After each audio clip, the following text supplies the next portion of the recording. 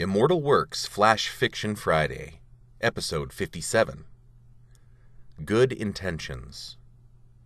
Written by Dan Welch. The ex-Sector Supreme Leader had been called away from lunch to deal with a crisis in the X-12 parcel, and he was irritated. "Trump," he said. "Yes," said the X-12 parcel commander.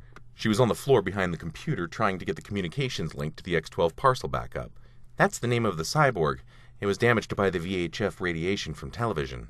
The Supreme Leader scanned the incident report. "This is seriously disappointing," he said, shaking his head. "It was all going so well. You had the Renaissance and the Enlightenment." He paused and then raised his voice. "How could you screw up the Enlightenment?" The X-12 parcel commander smarted at the remark but stayed focused. "It's a difficult parcel to work in," she said. She had cleaned the contacts and reseated the connectors and was snaking her way back out around the computer. "The local time moves quickly, and with this link..." She restrained her language. "With this link, we're lucky if we get in action every 40 or 50 years. Still."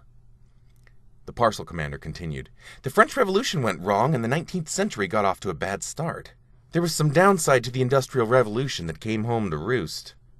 At the beginning of the 20th century, there was a very deadly world war, and we decided to implant the cyborg."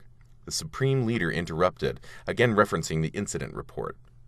"You knew they were starting to use VHF technology, and they were even developing television. You know how sensitive cyborgs are to VHF radiation during implant." The commander tried to explain. "There was a Second World War, and when that ended, there was a burst of television deployment at precisely the time and place we did the implant."